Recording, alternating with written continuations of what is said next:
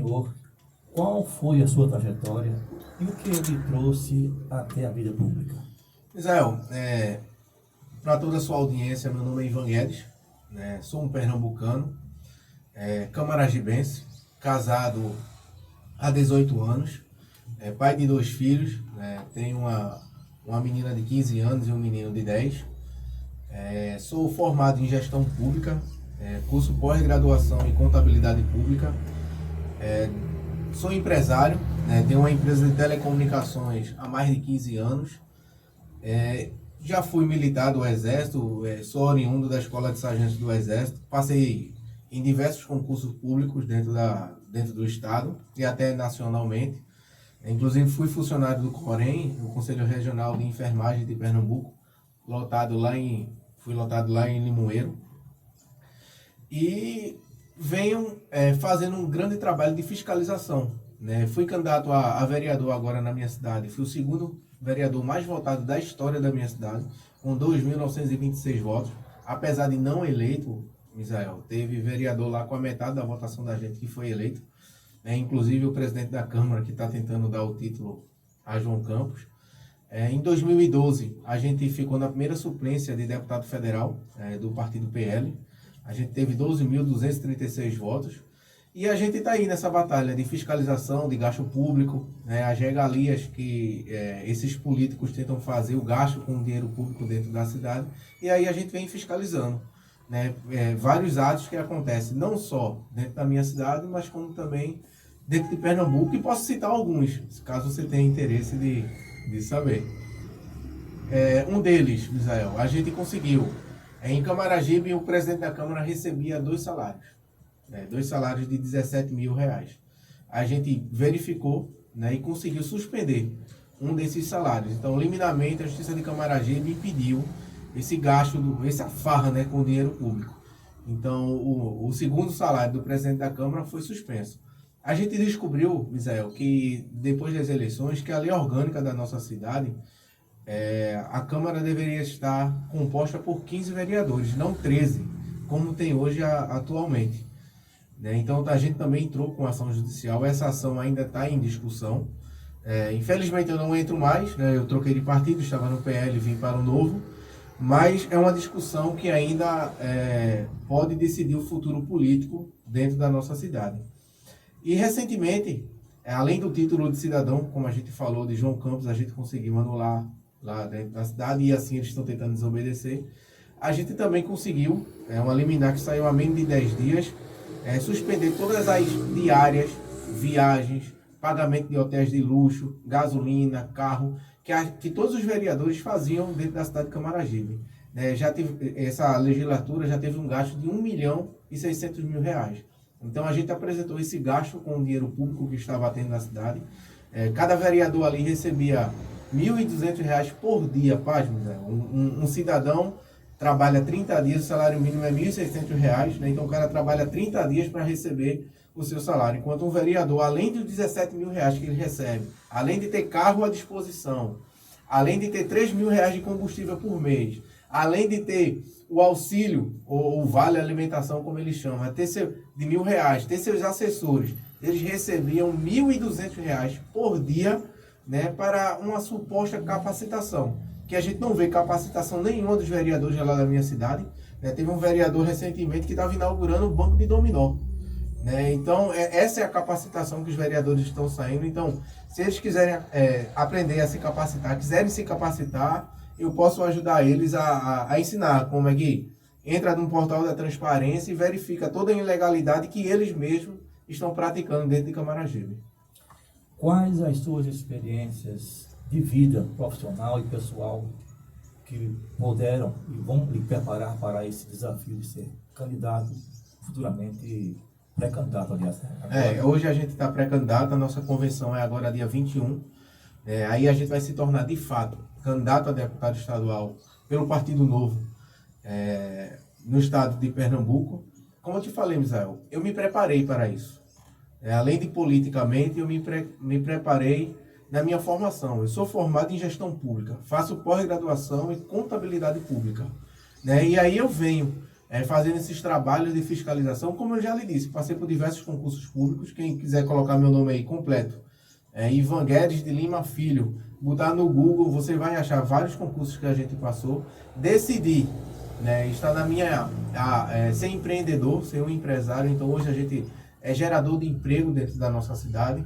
A gente tem uma empresa de telecomunicações, então a gente atende Camaragibe, Recife, um pedaço de Igaraçu. A gente consegue formar jovens nessa área, né? A gente tem atuado muito nessa questão do primeiro emprego, né? Do empreendedorismo. Então, tudo isso me capacita, né? A ser um pré-candidato a deputado estadual para que a gente consiga fiscalizar, né? E prezar para que os políticos não gastem o nosso dinheiro. Vamos falar um pouquinho de Pernambuco? Vamos embora. Na sua avaliação, quais são os 3 maiores problemas enfrentados por Pernambuco atualmente? Misael, a gente vem de 16 anos do PSB dentro do estado de Pernambuco. Uma verdadeira familiocracia.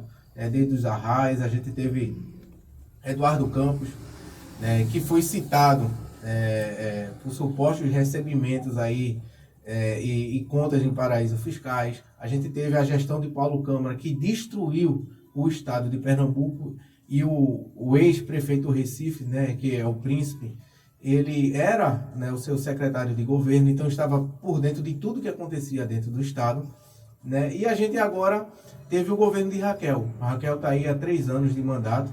Você pegar um governo, né, um estado que estava sendo destruído, né, pelo governo do PSB durante 16 anos e conseguir durante esse tempo colocar ele para funcionar, não é fácil.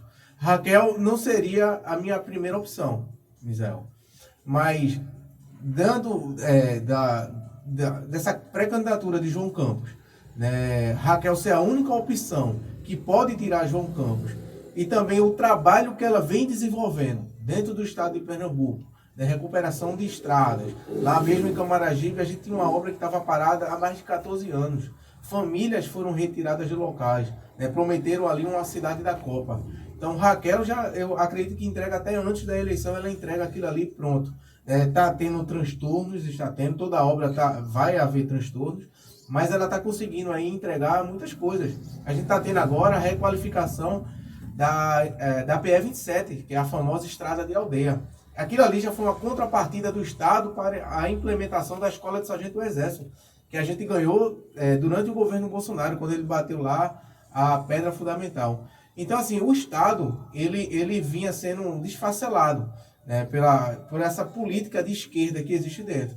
Se a gente for falar de saúde dentro do Estado, se a gente perguntar para uma mãe de casa que está precisando, que está na fila, né, para cirurgias, para exames, né, ela não consegue, se ela não tiver um amigo político que leve ela até isso. Então, assim, a fila ainda não funciona. Por mais que Raquel tente, né, impedir isso, essa forma costumeira, né, de se procurar um político e o político ter apadrinhamento lá dentro, mas para conseguir furar a fila do SUS é muito grande.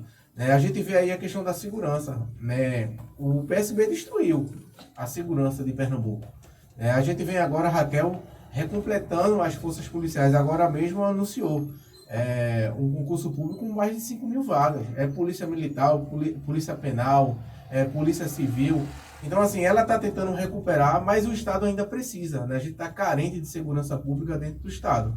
Então, na frente de tudo isso que vem acontecendo, que o PSB destruiu o Estado, né, eu colocaria, são 3, né, que você pediu: a segurança pública, a nossa saúde, né, e a falta de fiscalização, né, que a gente precisaria ter deputados estaduais mais atuantes, né, para acabar com as regalias políticas e fiscalizar toda a lei, né, que seja colocada dentro do Estado de Pernambuco. Na sua opinião, como reduzir as desigualdades entre a região metropolitana, Agreste, Zona da Mata e Sertão? Rapaz, cada pergunta, hein? A região metropolitana, por ser região metropolitana e próxima da capital, ela acaba sendo beneficiada por isso. A gente tem cidades circunvizinhas, né, que acaba sendo pela proximidade de Recife, acaba tendo uma benfeitoria maior. Né? Empresas, indústrias, o comércio, né, de Recife acaba gerando uma economia maior dentro da região metropolitana. Aí quando a gente vai para a Zona da Mata, o Agreste, o Sertão, a gente tem uma falta de investimento no empreendedorismo lá. Né? Muitas empresas acabam não investindo nessas localidades por falta de incentivos fiscais. Né? Eu sei que a condição também desfavorece um pouco na questão de ser mais quente, né, tal, mas a gente vê aí Israel, quem Israel né, por ser bem seco lá e conseguir empreender, conseguir ser a potência que é hoje no mundo. Então, eu acho que a gente precisaria primeiro quebrar esse paradigma que existe. Tudo que funciona dentro de uma cidade pequena, a nível de sertão, a nível de interior, é somente a prefeitura. A prefeitura é cabide de emprego. Os políticos não têm interesse que uma empresa grande chegue lá. Por quê? Porque se chega lá, né, eles acabam com um cabide de emprego, a população não fica mais refém. A gente vê muitas pessoas saindo do sertão para vir trabalhar na região metropolitana. Por quê? Porque aqui existem mais empregos. Então a gente precisa, Misael, expandir mais a questão do empreendedorismo. Eu, como empresário, sei muito bem como fazer isso. A gente, para poder empreender no local, a gente precisa de incentivos fiscais. A gente precisa brigar. Não é uma pauta de um deputado estadual, mas aí o deputado estadual precisa brigar com os deputados federais para que a gente consiga reduzir os impostos das folhas de pagamento. A gente precisa que o governo do estado consiga subsidiar empresas para que a gente consiga fomentar o emprego local. A gente não dá para ver jovens se formando no interior e tendo que sair da sua terra, da sua região, para vir trabalhar na capital, porque na sua cidade, a única oportunidade de emprego que eles têm é a prefeitura local. E, para poder trabalhar lá, tem que apoiar o político ou a família do político que está governando a prefeitura. Faça um resumo daquilo que o senhor falou agora. O que é que falta para Pernambuco voltar a crescer de forma mais acelerada? A gente precisa de políticos honestos. A gente tem 49 deputados estaduais. Não estou dizendo que todos são desonestos, mas a gente precisa mais de independência. A gente tem que parar mais desse toma lá da cá, desse apadrinhamento. A gente precisa mais de deputados que fiscalizem. Deputados que, em vez de ter um interesse próprio, o interesse do governo, seja do interesse do povo. Quando a gente tiver uma política assim, voltada ao interesse do povo, a gente vai conseguir que Pernambuco avance. As filas de consultas. Vixe. Vamos lá. Diz assim: as filas para consultas, exames, cirurgias continuam sendo uma das maiores reclamações da população. O que pode ser feito para mudar essa realidade? Misael, eu até toquei, né, nesse ponto logo no início. A dona de casa que está ouvindo aí, ela sabe a dificuldade que ela tem. Às vezes tem exames aí que passam 1 ano, né, para conseguir esse exame, conseguir essa cirurgia. Eu acho que está na hora de Pernambuco mudar. Acho não, eu tenho certeza. Pernambuco tem que mudar e a gente tem que responsabilizar os gestores por essa omissão. Então a gente tem várias ideias de projetos legislativos, inclusive multar um secretário de segurança ou um secretário de saúde, né, pela demora. Então a gente pode, um deputado estadual, ele pode criar um projeto de lei que, se um cidadão não conseguir ali a sua consulta em tempo hábil e não tiver uma justificativa real do órgão público, multar o secretário, só aí ele vai conseguir parar de estar recebendo os pedidos dos políticos e respeitar a fila de exames que precisa ser prioridade dentro do Estado.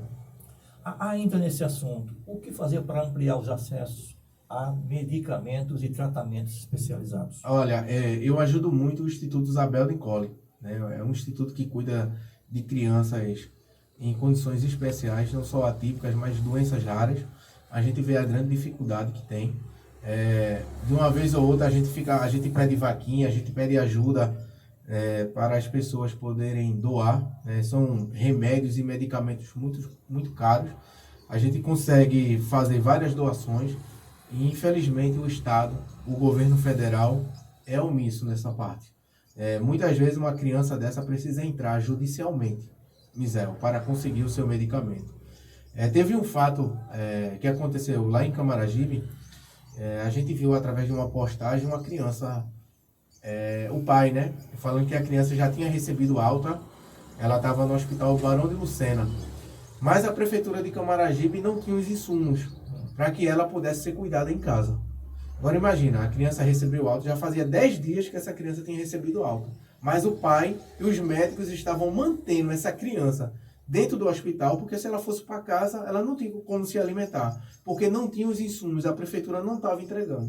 Aí a gente foi lá, a gente foi brigar com a gestão, aí um dizia que não tinha, outro dizia que não tem um medicamento, outro dizia que não tem um insumo, tá para chegar, vai fazer licitação ainda, e a gente ia ali brigando, Foi quando a gente descobriu, Misael, que tinha esses medicamentos no almoxarifado, mas só para casos judiciais, para quando a justiça mandasse, obrigasse o município a dar o medicamento, eles davam, mas nas vias administrativas normais, se o munícipe precisasse, se uma criança precisasse daquele medicamento, daquele insumo, eles não davam.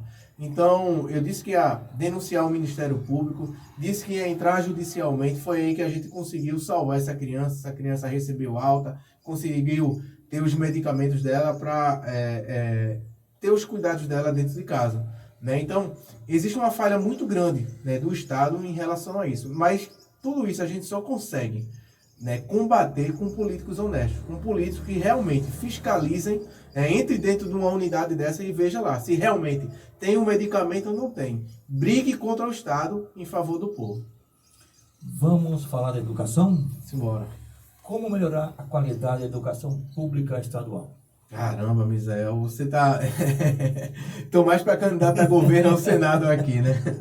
Olha... A sua visão, né? Você tem uma visão e vamos compartilhar. Lógico, isso é pauta de um deputado estadual também. Vê, Misael, a gente vem de políticas aí que o governo federal tem feito com o famoso pé de meia, Isso, né? Tentando fazer com que a evasão escolar diminua. Para mim, essa política, né, desse incentivo de os jovens somente passar, só ter o diploma, né, e não aprender o conteúdo, fora a doutrinação que existe ainda dentro das salas de aula, e o impedimento que tem de mães, né, em fazer homeschool com os seus filhos, né, a educação domiciliar. A gente precisa avançar muito ainda na questão da educação. Hoje a gente tem escolas técnicas, eu não posso negar que o trabalho de escolas técnicas foi muito bom para Pernambuco, mas ainda a evasão escolar é crescente.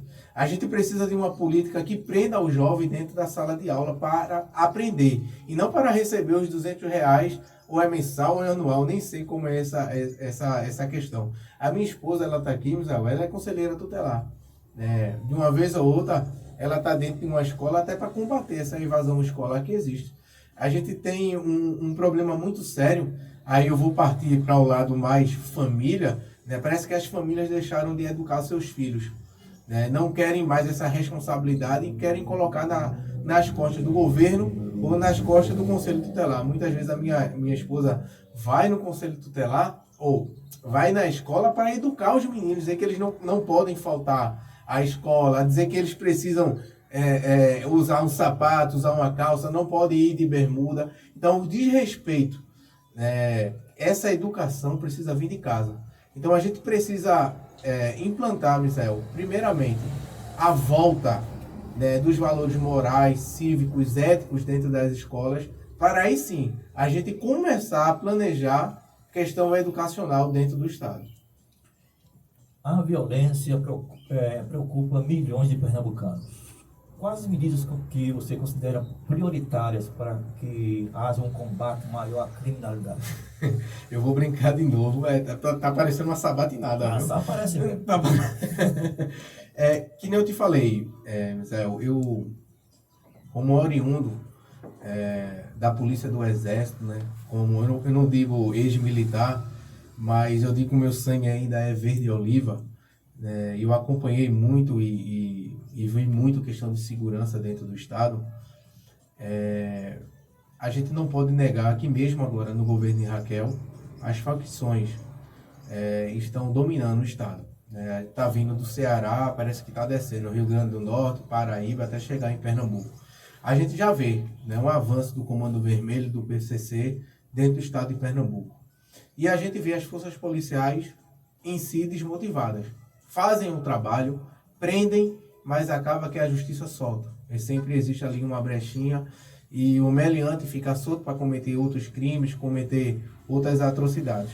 Então a gente precisa, o deputado estadual ele não tem competência para mexer no Código Penal, mas a gente precisa fortalecer mais a segurança pública, ajudar mais os policiais. A gente vê aí que a governadora prometeu acabar com as faixas salariais. As faixas salariais não, as faixas, né, que dividem as categorias. A gente tem soldado de primeira, segunda e terceira categoria, né, e com isso muda o salário de cada um e acaba desmotivando os policiais militares. Apesar de sair todo dia nas ruas, colocarem sua vida em risco, né, não sabe se volta para casa, né, e a governadora ainda não cumpriu. Existe aí um planejamento, né, mas isso ajudaria muito. Mas eu não posso negar também que ela em si vai ser considerada a governadora da segurança pública em fortalecimento de aumentar o efetivo da Polícia Militar. A gente está vendo aí, como eu já falei, ela já está abrindo um outro concurso público, né, para colocar mais jovens, colocar mais pessoas. Aí a gente ajuda aí aqueles jovens do interior que a gente já vinha falando, né, que vão ficar longe das amarras ali do governo municipal. Então, eu acho que a gente precisa ajudar mais a polícia, né, a polícia civil na questão de inteligência, né, a polícia militar na questão de ostensividade que ela tem. A gente está vendo aí que a governadora está trocando os armamentos. Sabe uma pauta que eu falo muito? É as viaturas. Poxa, não dá para, em pleno 2026, essas viaturas não serem blindadas ainda. A polícia militar às vezes entra dentro de uma favela ou deixa de entrar dentro de uma favela, porque ali ela pode ser recebida por bala, né? E hoje as facções dentro de Pernambuco não é mais 38, 22 não. Hoje eles já estão com metralhadora, já estão com fuzil. Então a gente precisa dar mais segurança, então, não só jurídica ao policial, mas em resguardo à sua vida. Na sua opinião, como incentivar investimentos em saneamento básico e abastecimento de água? Meu amigo, a Compesa está deixando a desejar. É isso, né? E não é de hoje. Tem bairros lá na minha cidade de Camaragibe que chega água a cada 30 dias. Né? E é uma pauta, Misael, que parece assim, entra governo, sai governo e ninguém consegue resolver. Né? A gente vê, eu acho que a melhor forma é a gente entregar a Compesa a iniciativa realmente privada. Né? Hoje ela é uma concessão pública, uma parceria pública-privada. Eu acho que se entregar a gente privatizar de vez realmente a Compesa, a gente consegue resolver esse problema aí de saneamento, abastecimento de água. Vamos lá. Diz assim, como gerar mais empregos para os jovens e reduzir o desemprego? Como empreendedor, essa pauta eu não posso deixar de falar. A gente tem, para poder a gente gerar emprego, a gente tem que fortalecer quem gera emprego. Quem gera emprego é um CPF que se torna um CNPJ. E muitas vezes a gente, quando sai de CPF e vira um CNPJ, a gente acaba tendo um governo como sócio. E não é fácil. A alta carga tributária mata empresas, né, frequentemente. A gente vê aí o índice que em empresas que são abertas não conseguem durar 2 anos.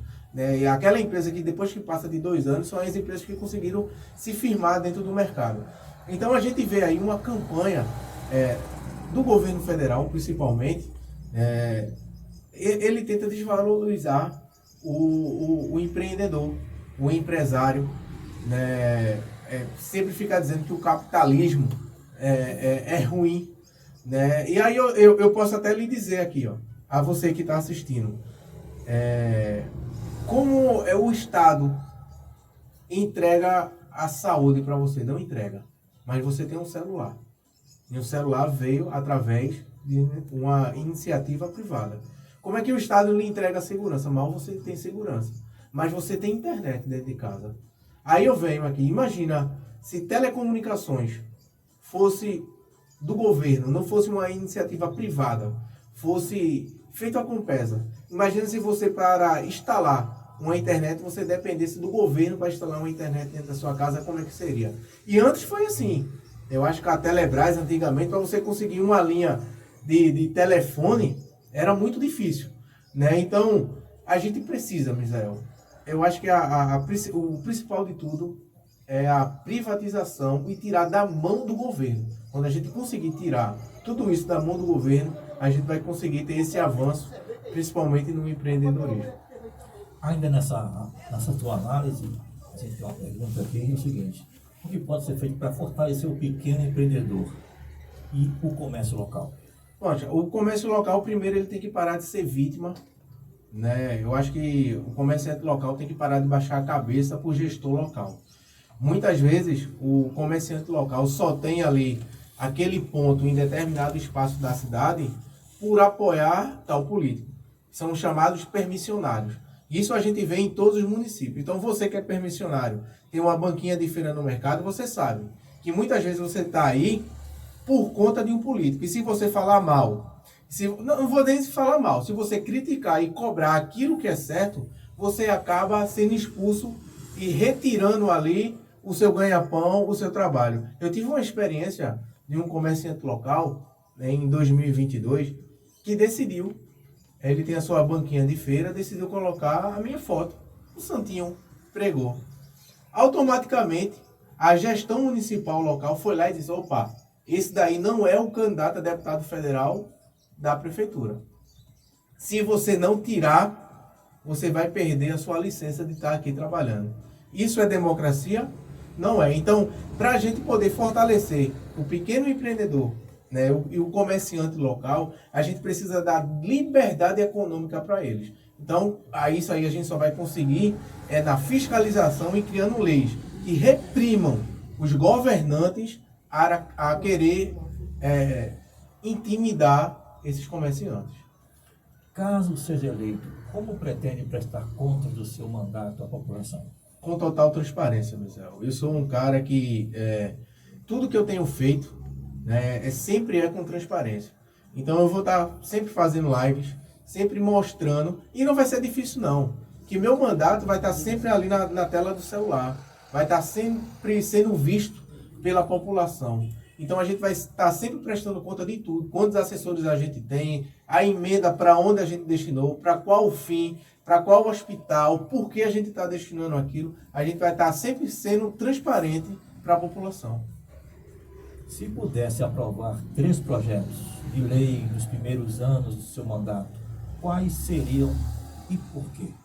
Nessa conversa aqui, eu até digo, eu acho que um grande projeto seria a gente responsabilizar um secretário de saúde, né, se ele descumprisse um prazo mínimo aí a questão de exames, né, exames, cirurgias, eu acho que seria revolucionário isso daí, para que a gente pudesse zerar essa fila de exames, né, que existe dentro do Estado.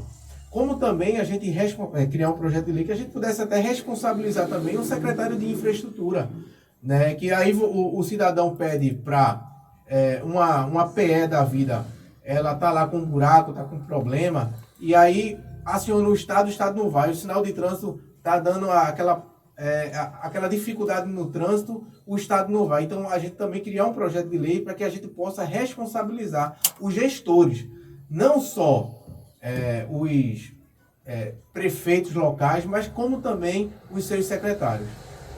E para encerrar, por que o eleitor pernambucano deve confiar no senhor? O eleitor pernambucano, só basta olhar para a minha formação, olhar para quem é Ivan, a minha história, quem é a minha família, da onde eu vim, né? Sou filho de Eliane Duarte, uma batalhadora dentro de Camaragibe, sou filho de Ivan Guedes, um ex-cobrador de ônibus, minha mãe, professora da rede pública no passado. Então, eu costumo dizer sempre, trabalho com honestidade, com transparência, e podem cobrar. E eu até brinco dizer, e se Ivan não cumprir nada, a empresa de Ivan vai estar ativa. Pode fazer um protesto lá, botar pneu na frente da empresa de Ivan. Quem não vai gostar de ouvir isso é meus funcionários. Pode botar lá, pode pegar um fio aí, o fio que você procurar, só vai acabar batendo lá na minha empresa. E pode confiar em mim, né? Porque eu tenho mostrado há muito tempo que eu sou contra as regalias de políticos, né? Sou contra o uso do dinheiro público para beneficiar pessoalmente os políticos, e a gente está aí para fiscalizar, cobrar e pular muro, viu? Pular muro de UPA, pular muro de escola, mas para fiscalizar se a gente ali não for permitida a nossa entrada. E que pena, chegamos nos momentos finais dessa entrevista. Essa sabatinada. Tá certo. E torcemos para que as propostas que aqui discutidas possam, de alguma forma, chegar às pessoas que ainda não refletiram nos temas aqui abordados. Queremos agradecer mais uma vez ao pré-candidato Ivan Guedes e parabenizá-lo por essa mais nova empreitada. Ivan Guedes, suas considerações finais. Eu só tenho a agradecer pelo espaço, pela entrevista. Novamente, agradecendo a Midiel, ao nosso amigo Ronan, do Instituto Isabel Nicole, a toda a minha família, meus amigos, né, que sempre me acompanham, a população de Camaragibe, de Pernambuco, e para finalizar aqui, agradecendo a Deus, né, que sempre tem nos ajudado, né, tem nos dado saúde e tem nos livrado, sabe, Misael, de todo o mal que possa nos acontecer, porque brigar contra o sistema político traz dificuldades e preocupações, e não é fácil a batalha que a gente tá vivendo. Obrigado a todos, ótimo dia, bom dia a todos também os que vieram, né, acompanhando aí a esposa do Ivan Guedes. Júlia Guedes. Doutora Júlia Guedes. Júlia Guedes. E o nosso amigo Davidson. Davidson também está aqui. E o nosso amigo Midiel. Midiel. E o rapaz que está aqui não quer falar não. Bom dia, ótimo dia a todos. É o 01, é o 01. Continue na programação Plenitude FM.